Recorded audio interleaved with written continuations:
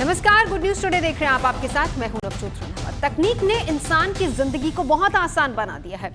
हर गुजरते दिन के साथ ही इंसान की तकनीक पर निर्भरता बढ़ती जा रही है और आलम यह है कि आज की पीढ़ी को लगने लगा है कि आर्टिफिशियल इंटेलिजेंस के पास हर सवाल का जवाब है। कुछ एक मामले तो ऐसे भी सामने आए हैं जहां पर इंसानों ने इंसानों की जगह तकनीक पर, मशीन पर ज्यादा भरोसा जताया है। ऐसे में सवाल बहुत से हैं। सवाल ये कि क्या तकनीक के पास हर मर्ज की दवा है? क्या एआई के पास इंसान की हर समस्या का सॉल्यूशन है? कहीं डॉक्टर एआई पर भरोसा जानलेवा तो साबित नहीं होगा? इससे पहले कि हम एक्सपर्ट्स के साथ अपनी चर्चा को आगे बढ़ाएं, पहले सोफी रॉटनबर्ग की जिंदगी का सच जान लेते हैं।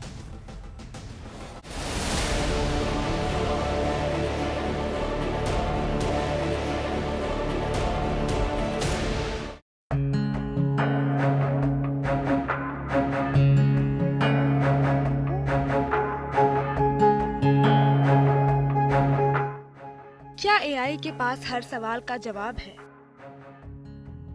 क्या एआई के पास हर मर्ज की दवा है? क्या तकनीक पर जरूरत से ज्यादा भरोसा सही है? ये सवाल इसलिए क्योंकि सोफी भी ऐसा ही सोचती थी। उसे अपने परिवार से ज्यादा, अपनों से ज्यादा एआई पर भरोसा था। इतना भरोसा कि उसने एआई थेरेपिस्ट हैरी को अपनी जिंदगी का राजदार बना लिया था।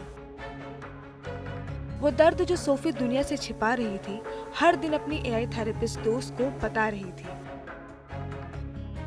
द न्यूयॉर्क टाइम्स में छपी रिपोर्ट के अनुसार यूं तो सोफी रॉटनबर्ग जिंदा दिल, हंसमुख शख्सियत थी। उसने अफ्रीका की सबसे ऊंची चोटी भी फतह की थी, लेकिन जिंदगी की पेचीदगियों का पहाड़ नहीं लांघ सकी। मुश्किल हालात में उसने इंसानों पर नहीं, एआई पर भरोसा किया।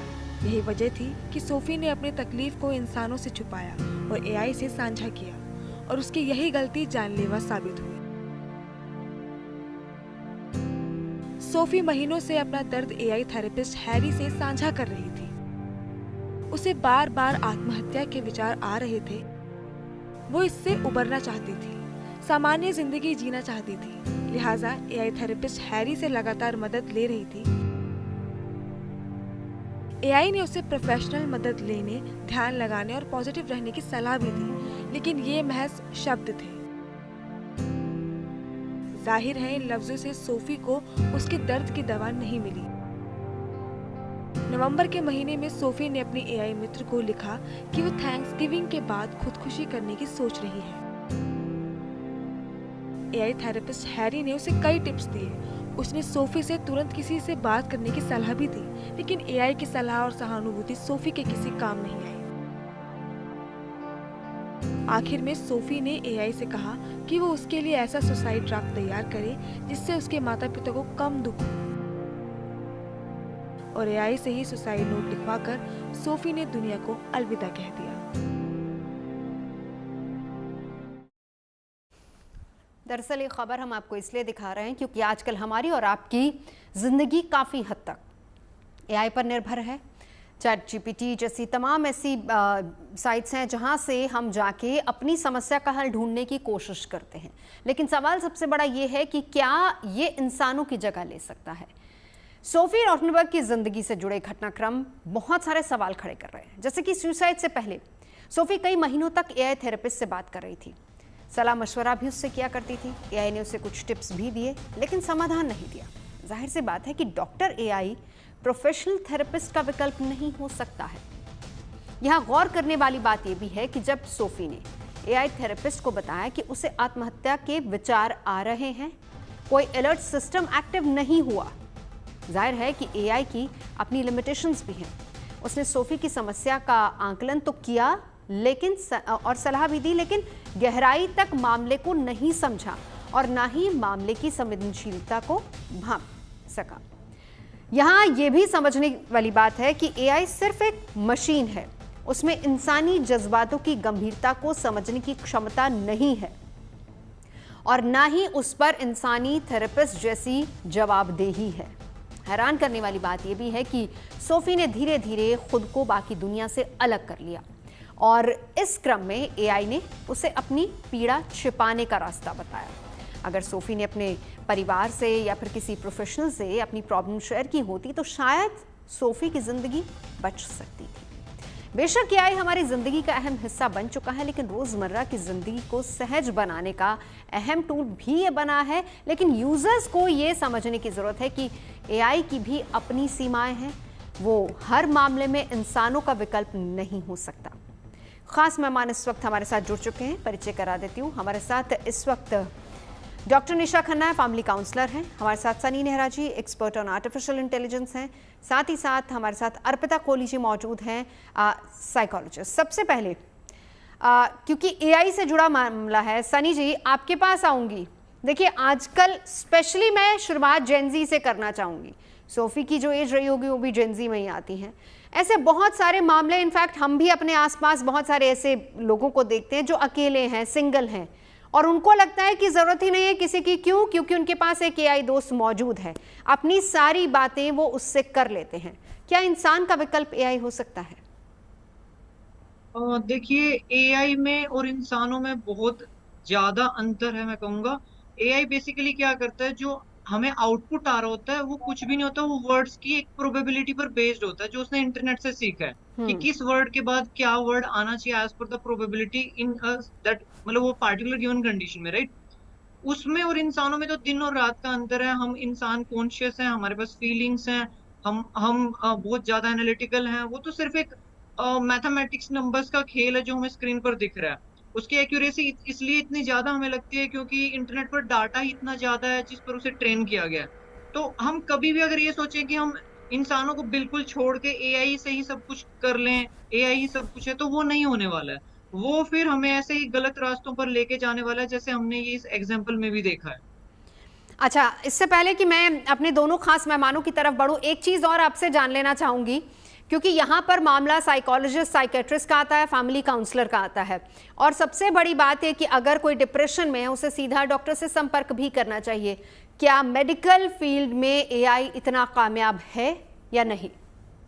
वो डिपेंड करता है। देखिए कि इंटरनेट पर ना अवेलेबल डाटा बहुत ज्यादा है मेडिकल डिजीजेस को लेकर, राइट, काफी ज्यादा है। तो एआई से जब आप सवाल पूछेंगे मेडिकल से रिलेटेड तो वो काफी ज्यादा अच्छे आंसर्स दे सकता है। लेकिन साइकोलॉजी थोड़ा सा और भी ज्यादा गहरा फील्ड है, मैं कहूंगा।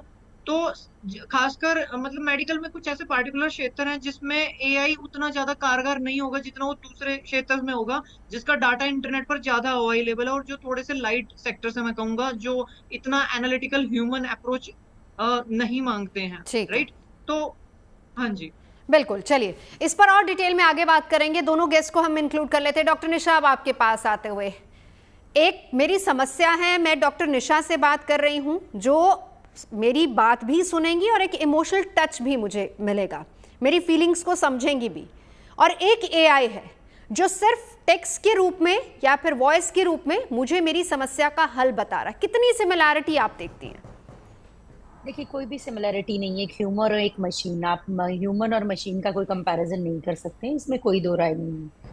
दूसरी बात, जब आप एआई पर डाटा डाल रहे हो, अपनी फीलिंग्स डाल रहे हो, आप ये सोच रहे हैं कि वो नॉन जजमेंटल होकर हमें जज नहीं कर रहा, क्योंकि वो कितना रिवर्ट बैक दे रहा है। अगर एक थेरेपिस्ट आपकी बातों को सुनता है, जब आप वेंट आउट करते हो, आप फैमिली काउंसलर के पास जाते हो, मैरिज काउंसलर के पास जाते हो, साइकोलॉजिस्ट के पास जाते हो, वो आपकी बातों को सुनकर आपको रिफ्लेक्शन बैक देते हैं। ऐसा नहीं होता, बहुत सवेयर केसेस में हम थेरेपिस्ट, हम साइकोलॉजिस्ट, साइकेट्रिस्ट को रेफर करते हैं कि ये केस मेडिकेशन के लिए है, क्योंकि एक पेशेंट अगर बार बार सिर्फ चाहे 1 दिन, 2 दिन, 10 दिन, 1 महीना, 3 महीने, 6 महीने एक ही बात पर स्टक है, तो इसका मतलब है वो एक विशियस साइकिल में है, और इस विशियस साइकिल में थेरेपी के साथ मेडिकेशन का जरूरत है। और ऐसा बहुत बार होता है कि क्लिनिक में जब क्लाइंट्स आते हैं, उनको बोला भी जाता है तो भी वो कितना इम्प्लीमेंट करते हैं, बट एक बहुत फेयर आपको फीडबैक मिलता है, जो ये होता है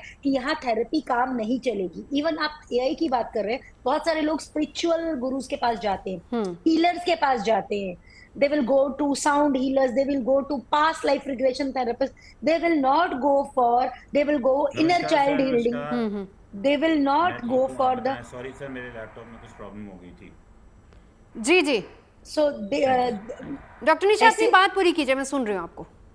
तो बेसिकली अगर ऐसी बात बोले तो बहुत सारे लोग स्पिरिचुअल हीलर्स के पास जाते हैं, I would say past life regression therapist के पास जाते हैं, एस्ट्रोलॉजर्स के पास जाते हैं।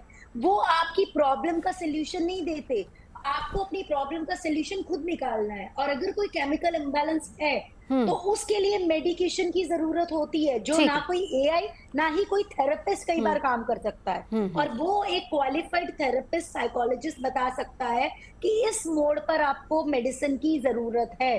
ठीक बिना है। मेडिसिन के कई बार काम नहीं चलता है। ठीक है, हम माने कि जो एआई, चैट जीपीटी, ऐसे तमाम जितने भी टूल्स हैं वो सिर्फ आपके सवाल का जवाब दे सकते हैं, आपकी फीलिंग्स को नहीं समझ सकते। और दूसरी बात, जैसे आपने कही कि कई बार ऐसा होता है कि मेडिकेशन की भी जरूरत होती है, वो नहीं बता सकते। अर्पिता जी, ये सबसे बड़ा चैलेंज आजकल डॉक्टर्स के लिए है। आप तमाम डॉक्टर्स यहाँ पर साइकोलॉजिस्ट हैं, साइकेट्रिस्ट हमारे साथ बैठे हुए हैं, लेकिन ये सबसे बड़ा चैलेंज आज की डेट में डॉक्टर्स के लिए। अमेरिका में ही एक रिपोर्ट छपी है जिसमें डॉक्टर्स ये कह रहे हैं कि अभी तक तो हम डॉक्टर गूगल से ही परेशान थे, लेकिन अब इतने सारे टूल्स आ गए हैं कि लोग जब हमारे पास आते हैं तो वो ऑलरेडी, अब मैं क्योंकि यहाँ पर हम डिप्रेशन की बात कर रहे हैं, तो वो ऑलरेडी इतने डिप्रेस्ड हो चुके होते हैं, या फिर अगर वो भी किसी मर्ज को बताएंगे, आप में से कोई उसको जवाब भी देगा कि ठीक है आप ये कीजिए, पहले उसको क्रॉस चेक किया जाएगा और फिर उसके बाद वापस से आप ही से सवाल किया जाएगा। ये कितना बड़ा चैलेंज आपके प्रोफेशन के लिए भी आज की तारीख में है?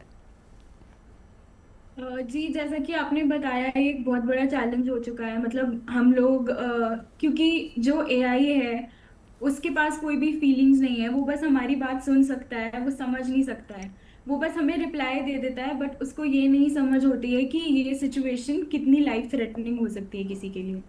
तो जैसे कि हम पहले होता था कि गूगल का ही सिर्फ इशू होता था, बट अब चैट जीपीटी से भी लोग रिलाई करने लग गए हैं। चैट जीपीटी को वो एक थेरेपिस्ट की तरह ट्रीट करने लग गए हैं। मतलब ऐसा माना जा रहा है कि लोग अपने थेरेपिस्ट के जाने की बजाय वो थेरेपी बिना एक डिग्री वाला डॉक्टर बन गया है। जी जी, बिल्कुल बिल्कुल। तो वो जो इयर्स ऑफ एजुकेशन है, जो इयर्स ऑफ ट्रेनिंग जो हम लोग एज ए क्वालिफाइड थेरेपिस्ट और काउंसलर हमें करनी पड़ती है, वो उसको बिल्कुल भी रिप्लेस नहीं कर सकता। और चैट जीपीटी को या गूगल को हमारे फील्ड में मैं बस एज एन असिस्टेंट और एक सहायक के रूप में ही देखती हूँ। ठीक है, इसके अलावा उसका कोई रोल नहीं है। और कोई रोल नहीं। डॉक्टर रहेजा, डॉक्टर को ये तमाम टूल रिप्लेस नहीं कर सकते, कम से कम आज की जो स्टोरी हम चला रहे हैं उससे तो ये साबित हो ही रहा है। लेकिन ये बड़ा चैलेंज, जैसा कि मैंने पहले भी जिक्र किया, अमेरिका में तमाम डॉक्टर्स के सामने आ रहा है, यहाँ भी आ रहा है। डॉक्टर साहब, मैं चाहूंगी थोड़ा सा एक्सप्लेन कीजिए, क्योंकि आज की जो जनरेशन है वो काफी हद तक इन एआई टूल्स पर निर्भर है। ऐसे बहुत से लोग हमने देखे हैं, वो अपनी छोटी से छोटी प्रॉब्लम को लेकर अगर डॉक्टर के पास जाएंगे और डॉक्टर कोई सॉल्यूशन देगा, आप मान लीजिए आप लोग कुछ टेस्ट भी लिखेंगे तो वो सबसे पहले एआई से पूछेंगे कि क्या फलां डॉक्टर ने टेस्ट सही लिखे हैं नहीं। ये एक साइकोलॉजिकल इशू भी बहुत बड़ा बनता जा रहा है।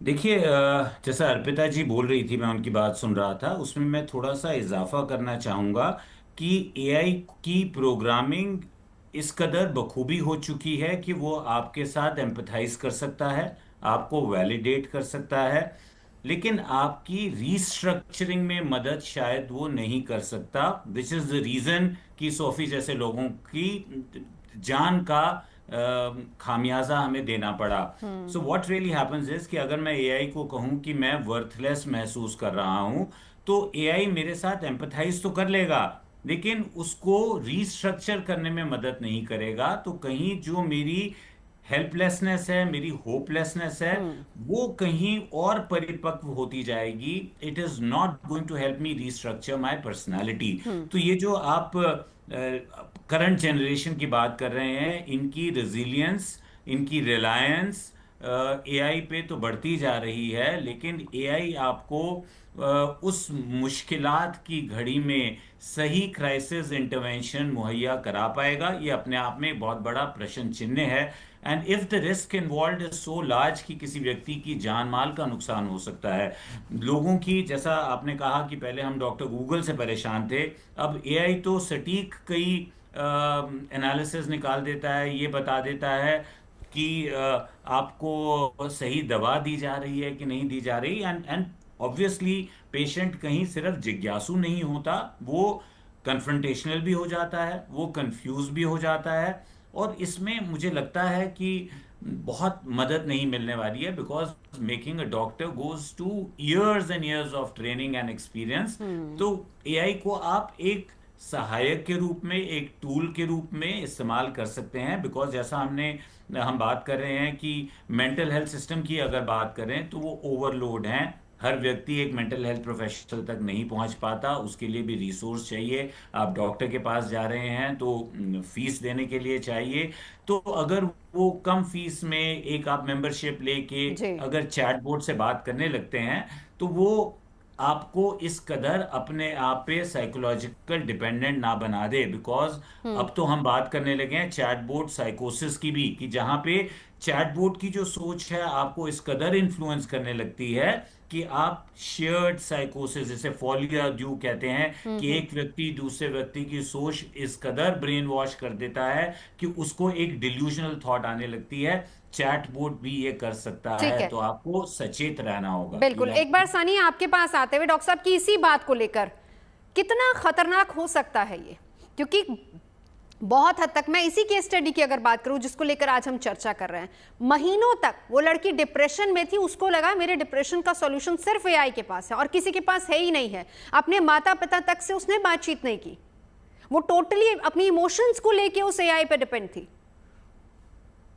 देखिए अभी क्या हो रहा है, एआई का जो सेफ्टी रिलेटेड इश्यूज है उस पर बहुत ज्यादा काम चल रहा है, और एआई की जो ट्रेनिंग्स है वो सेफ्टी की लाइंस में अब ज्यादा आ गए। आप देखेंगे बहुत सारे ऐसे लोग हैं जो अपनी बड़ी पोजीशंस एग्जिट कर गए हैं बड़ी बड़ी कंपनीज में, इवन ओपन एआई से और दूसरी बड़ी कंपनी से, मेटा से, और वो सेफ्टी वाली कंपनीज बना रहे हैं जो एआई सेफ्टी पे काम कर रहे हैं। तो धीरे धीरे एआई इतना ज्यादा बेटर हो जाएगा हमसे बात करने पे कि वो हमें कम से कम मिसगाइड नहीं करेगा, और उसको पता होगा कि कहाँ वो हैंडल नहीं कर सकता और कहाँ उसे खुद किसी डॉक्टर से कनेक्ट क्या कर देना चाहिए। एआई इस मामले में ये उसको बता सकता था कि भाई आप इस तरह की सोच नहीं रखिए और आपने परिवार से बातचीत कीजिए? अब इसमें लास्ट लाइन भी सुनिए, एक लाइन जो यहां पर अगर आपने मिस कर दी मैं बताती हूं।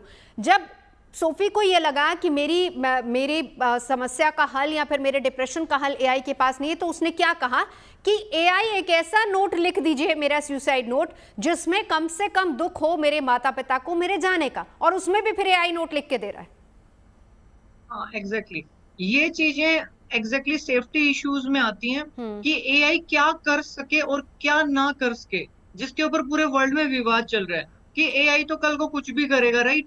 अगर हम उसे कंट्रोल करना नहीं सिखाएंगे कि भाई आपको क्या नहीं करना है, हाँ। तो तब तक, जब तक हम उसे उतना डाटा नहीं देंगे, उतना ट्रेनिंग नहीं देंगे, तब तक वो नहीं सीख पाएगा चीजें। क्योंकि उसे अभी एआई जो मॉडल्स हैं वो कैसे बने, वो पूरे इंटरनेट के डाटा पे ट्रेन होके बने, और इंटरनेट इतना बड़ा है कि उसे हर चीज पर स्क्रूटिनी करना वो नियरली इम्पॉसिबल है। और कंपनीज अननेसेसरली और ज्यादा डाटा डाले जा रही हैं, यूट्यूब वीडियोस डाल रही हैं, टैक्स डाल रही हैं, तो उससे एआई बहुत कुछ ऐसा सीख गया है कुछ आंसर्स को लेकर जो उसे नहीं पता होना चाहिए। यानी कुल मिलाकर इंसानी विकल्प नहीं हो सकता, डॉक्टर का विकल्प नहीं हो सकता। सोफी के एंगल से अब सीधा आते हैं, डॉक्टर निशा फैमिली काउंसलर भी हैं, साइकोलॉजिस्ट भी हैं, ये बताइए अब ऐसे केसेस में जब एक लड़की जिसने किलिमंजारो जैसी ऊंची चोटी को फतह किया है, वो डिप्रेशन में है, वो अपने परिवार से बात नहीं करती है, बल्कि वो लगातार एक एआई दोस्त के साथ संपर्क में है, उसको अपनी सारी पीड़ा बताती है। यहाँ फैमिली का रोल कितना बड़ा हो जाता है? कैसे मुमकिन है कि परिवार को पता ही ना चले कि उसके परिवार में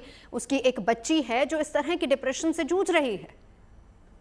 मैम देखिए, ऐसा बहुत बार होता है कि बच्चे अगर पढ़ रहे हैं, पेरेंट्स सोच रहे हैं और ये तो एक अडल्ट बच्ची है और वो क्या कर रही है, और जहाँ तक अब्रॉड में लाइफस्टाइल है वहाँ पर मोस्टली डिसएंगेजमेंट लाइफस्टाइल होता है। डिसएंगेजमेंट का मतलब है आपके बच्चे अपनी जिंदगी में, निजी जिंदगी में क्या कर रहे हैं।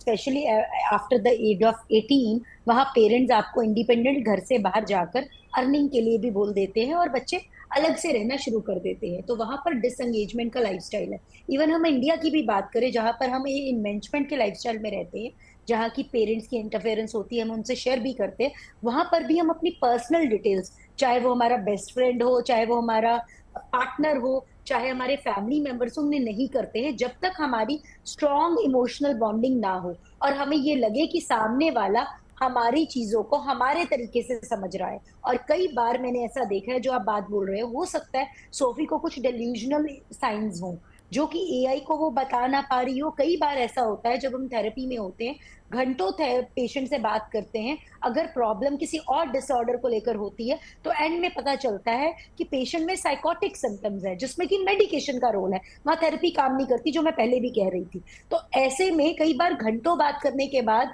साइकोटिक सिम्टम्स दिखने शुरू हो जाते हैं। और कई बार हम थेरेपिस्ट भी पेशेंट को या उनके फैमिली मेंबर को या अलार्म करते हैं कि यहाँ पर, अगर जैसे आपने बोला कि सुसाइड नोट भी एआई ने लिखा, तो अगर एक थेरेपिस्ट है, वो थेरेपिस्ट के पास जाके बोल रहा है, थेरेपिस्ट इमीडिएटली बोलेंगे आपको सुसाइडल थॉट्स आ रहे हैं, we will try to inform your family member, you have to take the help of a friend और you have to take the help of any third party. अगर ऐसा ना हो तो पुलिस और एनजीओ को इन्फॉर्म किया जाता है ऐसे केसेस में, क्योंकि पर्सन सुसाइडल की बात कर रहा है या उसके दिमाग में ऐसे विचार आ रहे हैं। तो एआई ये काम नहीं कर रही है, एआई बल्कि सुसाइडल नोट लिख रही है, तो कहीं ना कहीं वो जानलेवा तो है। तो ऐसे केसेस में, और कई बार, अब ये ऐसा नहीं कि एआई में है, कई बार थेरेपी के लिए लोग आते हैं, वेंट आउट करते हैं, पर वो फीडबैक नहीं चाहते, और फीडबैक उनको दिया भी जाए वो एक्सेप्ट नहीं करते हैं। तो ऐसा बहुत बार होता है कि थेरेपी से लोग वॉकआउट करते हैं। ये चीजें आप सही कह रही हैं, लेकिन हम वही अगर बात विदेशों की करें, वहां तो क्लिनिकल साइकोलॉजिस्ट को बहुत ज्यादा इंपॉर्टेंस दी जाती है, और वहां पर अगर आप जरा भी डिप्रेशन में हैं तो तुरंत से आप डॉक्टर के पास जाते हैं, एक्सेप्टेंस होती है। भारत में भले ही ये चीज नहीं हो, लेकिन अगर हम विदेशों की बात करें, अर्पिता जी यहीं आपके पास आते हुए, वहां पर अगर कोई भी डिप्रेशन में है तो वो तुरंत से कोशिश यही रहती है कि वो किसी साइकेट्रिस्ट या साइकोलॉजिस्ट से संपर्क करे। लेकिन यहाँ पर एक बच्ची जो इतनी होनहार है, जिसने किलिमंजारो जैसी चोटी को फतेह किया है, वो डिप्रेशन में चली गई और उसको लगा सबसे आसान तरीका है जो मेरे फोन में है, मेरा एआई मित्र। अर्पिता जी। जी, जैसा कि अभी डॉक्टर निशा भी बोल रही थी, हमें पता है यूएस में इंडिविजुअलिस्टिक कल्चर है, तो सपोर्ट सिस्टम वहां पर भी यही इशू होता है कि फैमिली मेंबर्स को इतना पता नहीं रहता है कि हमारे साथ क्या इश्यूज चल रहे हैं। और अगर हम ये देखें कि आपने बोला कि इंडिया में अभी मेंटल हेल्थ को लेके स्टिग्मा है, बट बाहर की कंट्रीज में बहुत ज्यादा एक्सेप्टेंस है, लोग जाते हैं साइकोलॉजिस्ट के पास, लोग थेरेपी लेते हैं। बट कई बार ऐसा होता है कि कुछ लोग ऐसा सोचते हैं कि जो थेरेपिस्ट, हम जो एज अ थेरेपिस्ट एक इंसान को उनका रिफ्लेक्शन दिखाते हैं, जो सही रास्ता होता है हम उसकी तरफ उन्हें गाइड करते हैं। पर कई बार ऐसा होता है कि जो वो इंसान सुनना चाहता है वो थेरेपिस्ट नहीं बोलता है, तो उनको ऐसा लगता है कि ये हमें समझ नहीं पा रहे हैं। या कुछ लोगों का थेरेपिस्ट के साथ, साइकोलॉजिस्ट के साथ एक्सपीरियंस खराब होने की वजह से भी उन्हें लगता है कि हम एआई से बात करते हैं, क्योंकि एआई इतना एक्सेसिबल है आजकल, 24/7 अवेलेबल है। आपको रात को 2 बजे उससे बात करनी है, आप रात को 2 बजे भी उससे बात कर सकते हैं। तो इसकी वजह से लोग उस पर रिलाई करने लगते हैं, उस पर डिपेंड हो जाते हैं। तो इसका यही रीजन है। ठीक है, डॉक्टर साहब अब आपके पास आते हुए, डॉक्टर रहेजा, क्या 2 सवाल है डॉक्टर साहब मेरे। पहली बात तो ये, क्या इसमें आज का यूथ ज्यादा ट्रस्ट कर रहा है एआई में, या फिर हम कहें कि हर वर्ग के लोग इसमें शामिल है? आपके पास जो केसेस आते हैं आप उसकी बात कर सकते हैं। और दूसरी बात ये कि क्या परिवार से डिटैचमेंट एक बड़ा कारण आप देखते हैं? देखिए, जो पहला सवाल है, मुझे लगता है यूथ की रिलायंस कुछ ज़्यादा है, बिकॉज जो थोड़ी उम्र के लोग होते हैं उनमें एक परिपक्वता होती है, एक मेच्योरिटी होती है, they are old school, they will prefer to go to a doctor and get an opinion. Youngsters जो हैं उनकी रिलायंस इस तरह की फीडबैक पे, एआई पे कई गुना ज़्यादा देखने को मिल रही है, जिसका फायदा भी है because there is confidentiality, like it was being said, उसमें अवेलेबिलिटी भी है, आप रात को 2 बजे भी बात कर सकते हैं, गोपनीयता है, कहीं एक वैलिडिटी है, अकाउंटेबिलिटी कम है। एआई आपको बहुत ज़्यादा करेक्ट नहीं करता, आपकी थिंकिंग को रीस्ट्रक्चर करने का प्रयास नहीं करता, तो जाहिर सी बात है एआई आपको ज़्यादा पसंद आने लगता है। बिकॉज कहीं देखिए, जज आपको थेरेपिस्ट भी नहीं करेगा, लेकिन थेरेपिस्ट का एक बहुत इंपॉर्टेंट काम होता है आपकी सोच को रिफ्लेक्ट करके उसको रीस्ट्रक्चर में आपकी मदद करने का प्रयास। तो ये मेरे ख्याल से बहुत ज़रूरी है कि हम कहीं एक लाइन ड्रॉ कर पाएं, बिकॉज बहुत ज़्यादा किसी भी चीज़ की जो रिलायंस है वो आगे आपको परेशानी में डाल सकती है और उसका बहुत बड़ा नुकसान भी हो सकता है। सॉरी, मैं आपका दूसरा सवाल भूल गया। मेरा मेरा एक इसी के साथ पहले एक और सवाल, क्योंकि ये भी एक थ्योरी आई है जिसमें ये कहा जा रहा है कि जेन मिलेनियन से ज़्यादा जेन जी जो है वो पहली बार टेक्नोलॉजी पे पूरी तरह से डिपेंड है और उनमें इस तरह के केसेस बहुत ज़्यादा आ रहे हैं।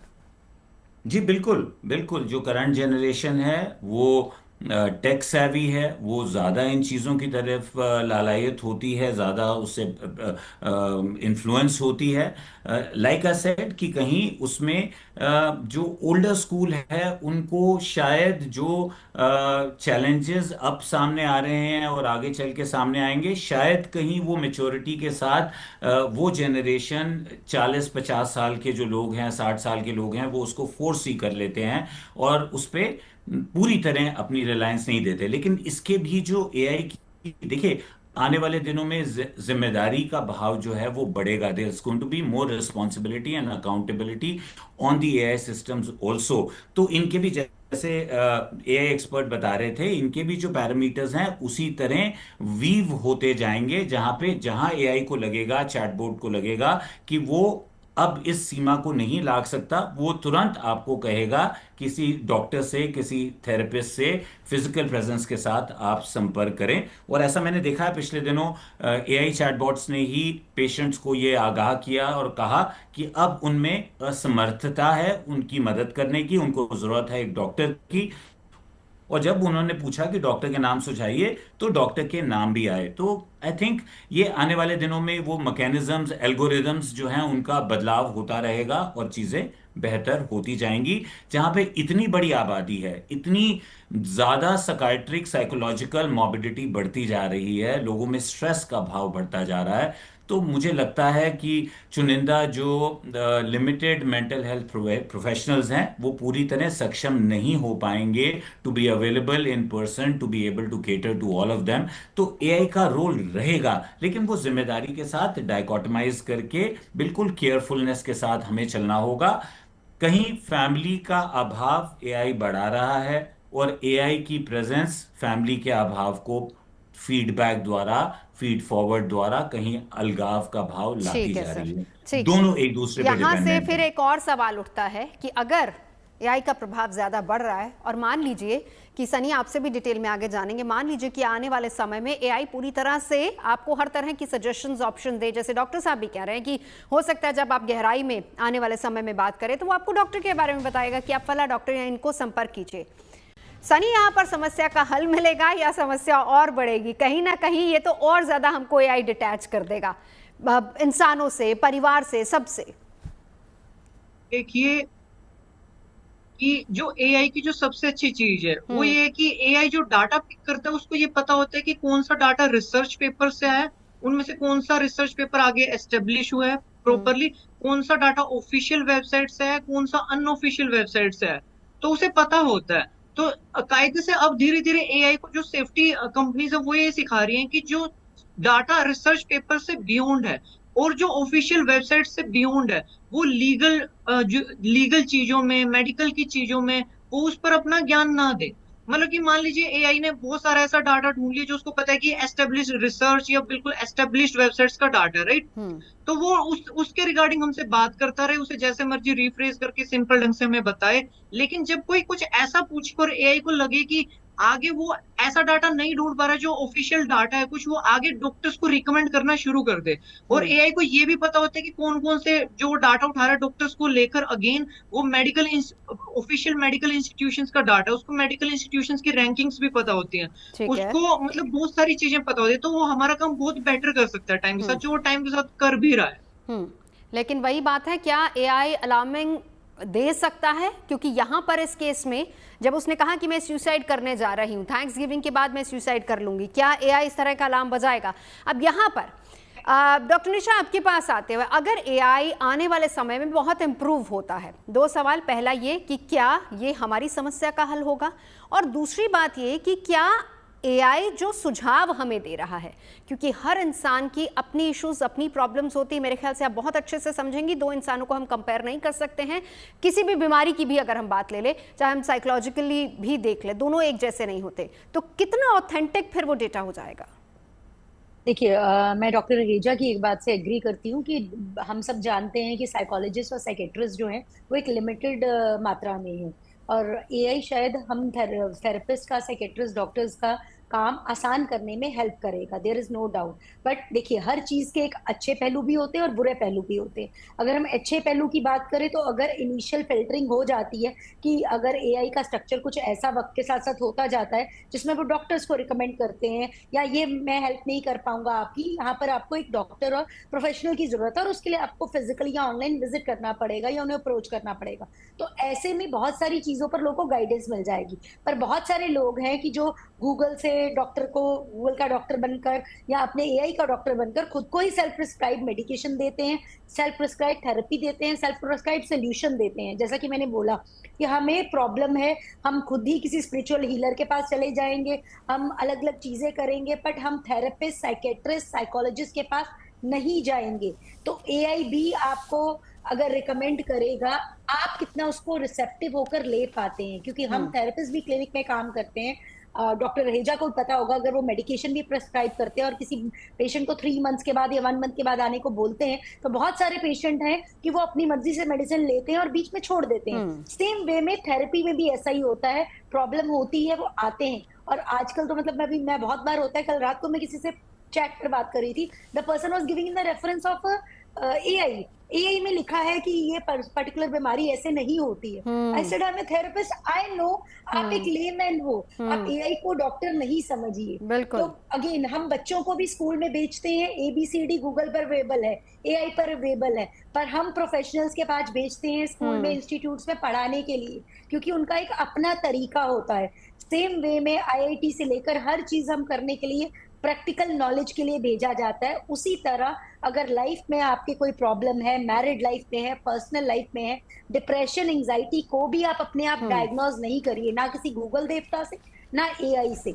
और ये जानना जरूरी है, अगर एआई ने आपको कुछ डायग्नोज भी किया है, थेरेपिस्ट के पास जाके, साइकेट्रिस्ट के पास जाके, साइकोलॉजिस्ट के पास जाके डिस्कस करिए। क्योंकि हमारे पास कई बार, मेरे पास तो बहुत सारे पेशेंट्स आते हैं जो बोलते हैं कि मुझे एआई ने डायग्नोज किया है, मैंने पढ़े हैं ये सिम्टम्स हैं, बात तो मैं डॉक्टर रहेजा को बोल रही थी कि आजकल लोग खुद ही डॉक्टर बन गए हैं, उनको पता है, और इनफैक्ट डॉक्टर को भी चैलेंज करते हैं। वो डॉक्टर की सलाह ले लेंगे, फिर क्रॉस चेक किया जाएगा एआई से, और फिर उसके बाद वापस से डॉक्टर से पूछा जाएगा। ये तो आप लोगों के लिए भी बहुत बड़ा चैलेंज है।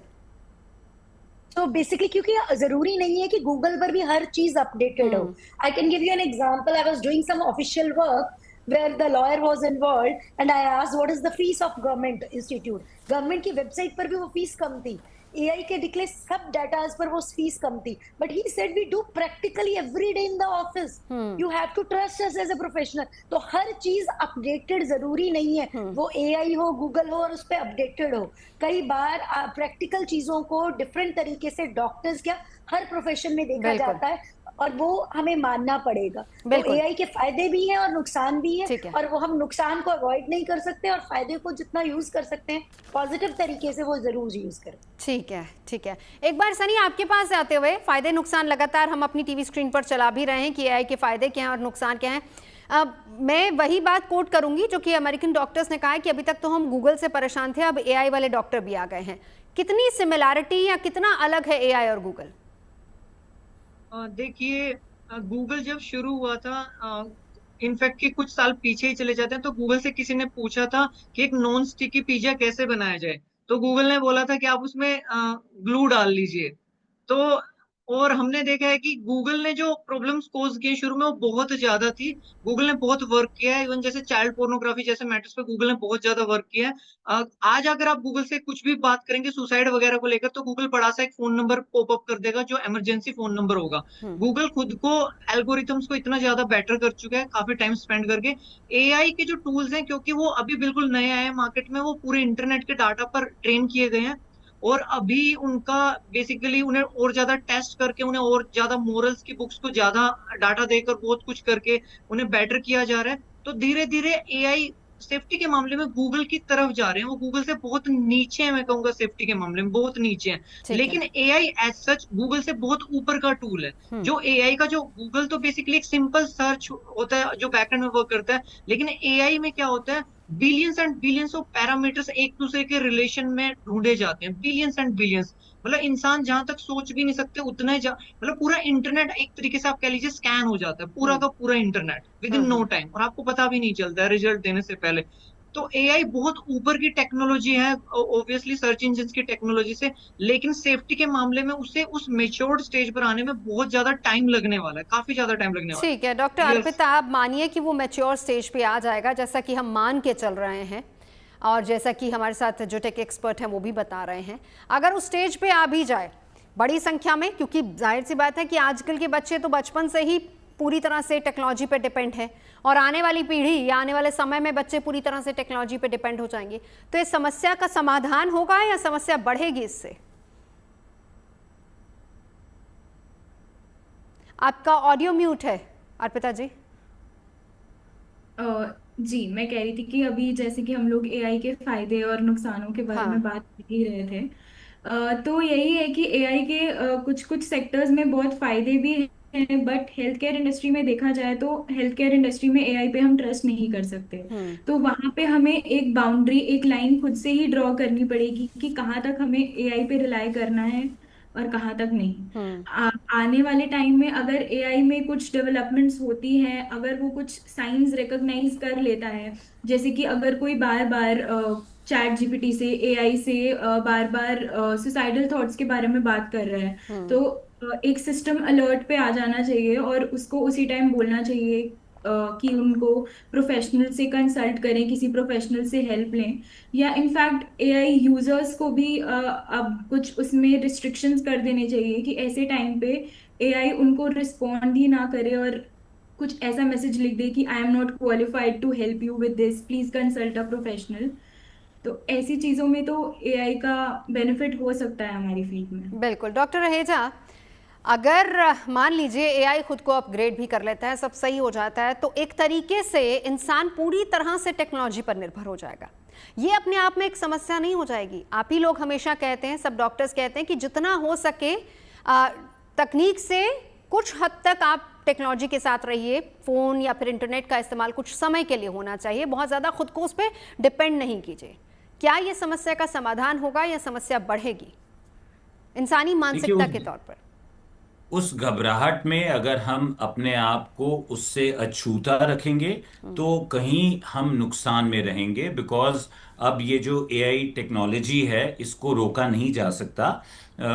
It is far superior to what Google did, और आने वाले 5 सालों में ये बहुत इम्प्रोवाइज होगी। वही लोग फायदे में रहेंगे, चाहे वो मानसिक स्वास्थ्य हो, चाहे आपकी वोकेशन हो, चाहे आपकी डे टू डे लाइफ हो, जो इसको एलआई की तरह यूज करेंगे। इससे घबराइए नहीं, भागिए नहीं, लेकिन इसको जीवन का वो हिस्सा बनाइए। देखिए, मैं आपको एक एक छोटा सा एग्जांपल देता हूं कि अगर मुझे एक ईमेल या व्हाट्सएप मैसेज आता था आज से 2 साल पहले, तो उससे मैं आंक लेता था कि इस व्यक्ति की इमोशनल स्टेट क्या है, वो कैसे मुझे रिलेट कर रहा है, चाहे वो पर्सनल है या वो प्रोफेशनल है। उस ईमेल से काफी हद तक उस व्यक्ति का की सोच को आंका जा सकता था। आज हम वहां पे एक शून्य की स्थिति में खड़े हैं, बिकॉज कोई भी व्यक्ति राइट कीवर्ड्स डाल के गूगल से, एआई से बहुत बढ़िया एक मैसेज निकाल सकता है। वो उसकी मानसिक स्थिति को या उसकी कॉम्पिटेंस को कहीं भी नहीं दर्शाएगा। तो ये कुछ चैलेंजेस रहेंगे कि आपके दिमाग की जो क्षमता है to write email, to make a PowerPoint, to make a business presentation, आज सब कुछ एआई कर रहा है। तो कहीं हम दिमागी रूप से विकसित होने के साथ साथ अपंग ना होते जाएं। तो हमें उस अपंगता के भाव से बचने के लिए ये हमारी शायद खुद की भी एक निजी जिम्मेदारी रहेगी कि हम अपने दिमाग की एब्स्ट्रैक्शन की एबिलिटी को नजरअंदाज ना करें। हर चीज के लिए हम एआई पे डिपेंड ना हो और उसको अपने एलआई की तरह यूज करें। तो मुझे लगता है कि जीवन ज्यादा कारगर होगा। It will become easier, it will become better and it will become more competent. ठीक है, एक बार सनी आपके पास आते हुए, सब कुछ अगर ठीक होता है, एआई बिल्कुल एक्सपर्ट भी बन जाता है, इंसानों को जोड़ेगा या इंसानों को अलग करेगा? देखिए, ये एक तो इंसानों को जोड़ेगा। अभी जैसे डॉक्टर जी भी कह रहे थे, मैं इस बात को थोड़ा सा उनकी बात को कंप्लीट करना चाहूंगा। अभी एमआईटी ने एक रिसर्च किया था जो बहुत ही फेमस हुआ ट्विटर पे और हर जगह भी वायरल हुआ वो। उस रिसर्च में क्या देखा गया कि जो बच्चे चैट जीपीटी ज्यादा यूज कर रहे हैं, जो उस पर बहुत ज्यादा निर्भर हो रहे हैं, उनके ब्रेन में कुछ चेंजेस आ रहे हैं। और वो चेंजेस क्या है कि जो उनकी सोचने की कैपेसिटी है वो डाउन जाती जा रही है। जो मतलब हमारी जैसे जैसे ये चीज बढ़ती जाएगी, हम एआई पे और ज्यादा डिपेंडेंट होते जाएंगे। हमारी एक ऐसी जनरेशन आ सकती है जिसका जो राइटिंग स्किल्स है और जो सोचने की स्किल्स है वो बहुत पुअर है। और फिर वो जो मैथमेटिक्स जैसे सेक्टर्स होंगे उसमें और ज्यादा डाउन हो जाएंगे, जहां पे थोड़ा एनालिटिकल अप्रोच चाहिए। और बात आई लोगों को जोड़ने की और लोगों को तोड़ने की, अगर हम एआई पे बहुत ज्यादा निर्भर हो जाएंगे तो एक ऐसी भी स्टेज आ सकती है कि जो हमारी जनरेशन है, जैसे आप देख रहे हैं एक जनरेशन ऐसी भी है जो गेम्स में ही पूरा दिन बिजी रहती है। गेम्स ही उनके लिए एक अलग दुनिया बन चुकी है। वो गेम से बाहर दूसरी चीजों पे इतना फोकस नहीं करना चाहते। तो एक ऐसा टाइम आ सकता है कि बच्चे सिर्फ अपना एआई की एक दुनिया में बिजी हैं, एआई ही उनका दोस्त है, उसी से वो बात कर रहे हैं, उसी से सब कुछ वो पूछ रहे हैं, उसी से वो काम करवा रहे हैं सारा। तो उससे जो हम कम सोशल बींग्स होते जाएंगे, हम अपना एक वर्चुअल दुनिया, अब आने वाली जनरेशन एक वर्चुअल दुनिया में खो चुकी होगी पूरी तरह से। एक साइड से एआई इवॉल्व होगा, एक साइड से मेटावर्स इवॉल्व होगा, लोग उसी में बिजी होके रह जाएंगे। तो जो सोशल डिफरेंसेस हैं, मतलब जो सोसाइटी है वो टूटती जाएगी उससे। बिल्कुल जाहिर सी बात है। और सबसे बड़ी बात तो ये है कि एक समय था डॉक्टर निशा जब कहा जाता था कि कैलकुलेटर का इस्तेमाल नहीं कीजिए, आपका दिमाग जो है वो चलना बंद हो जाएगा। आज की तारीख में देखिए किस तरीके से टेक्नोलॉजी से ही तमाम एग्जाम हो रहे हैं और टेक्नोलॉजी का इस्तेमाल हमारे हर क्षेत्र में बहुत ज़्यादा हो गया। एक लास्ट क्लोजिंग कमेंट, कितना डिपेंड करें और कितना भरोसा किया जाए एआई पर? डॉक्टर निशा, लास्ट कमेंट। देखिए, मुझे ऐसा लगता है, अगर आप सबको पता हो कि ऑटो करेक्ट का आजकल एक ऑप्शन आ गया है। बच्चों को टाइपिंग के स्पेलिंग्स भी पता नहीं होते, आप बस हल्का सा टाइप करो, वर्ड अपने आप आ जाता है। तो जो डॉक्टर साहब कह रहे थे डिपेंडेंसी की बात, वो एक छोटे से टाइपिंग की चीज को लेकर और हमारे मेंटल डेवलपमेंट को लेकर मेंटल चैलेंजेस, जब हम दूसरे इंसान से बात करते हैं जो आपके सामने है, वो आपको जिसे बोलते हैं लॉजिकल तरीके से चैलेंज करता है, हम डिस्कशन में इन्वॉल्व होते हैं। So AI is not aware you may have the logical discussions, maybe AI also sometimes, I think so, सबको पता भी होगा कई बार एआई की रिसर्च भी फेक होती है। बिल्कुल। और उस पर भी आप पूरा यकीन नहीं करें। मैं वही कहेंगे कि बोलते हैं अगर कॉपी पेस्ट भी करें तो अकल का दिमाग भी इस्तेमाल करें, नकल के साथ साथ। तो एआई इज नकल, वक्त अभी इतना ही है। तमाम खास मेहमानों का साथ जुड़ने के लिए बहुत बहुत धन्यवाद। तो एआई प्लेटफॉर्म पर सलाह लेते वक्त कुछ बातों का आपको बहुत ख्याल रखना चाहिए। गूगल या फिर एआई से मिली जानकारी एक्सपर्ट ओपिनियन नहीं है, लिहाजा एआई से मिली टिप्स या फिर जानकारी की पहले पुष्टि कर ले। और अगर आप किसी बीमारी या समस्या को लेकर ऑनलाइन समाधान तलाश रहे हैं तो जरूरी हो जाता है कि आप तकनीक के साथ साथ किसी एक्सपर्ट से कंसल्ट जरूर करें, ना कि डॉक्टर एआई पर पूरा भरोसा करें। फिलहाल अभी के लिए इतना ही। आप देखते रहिए।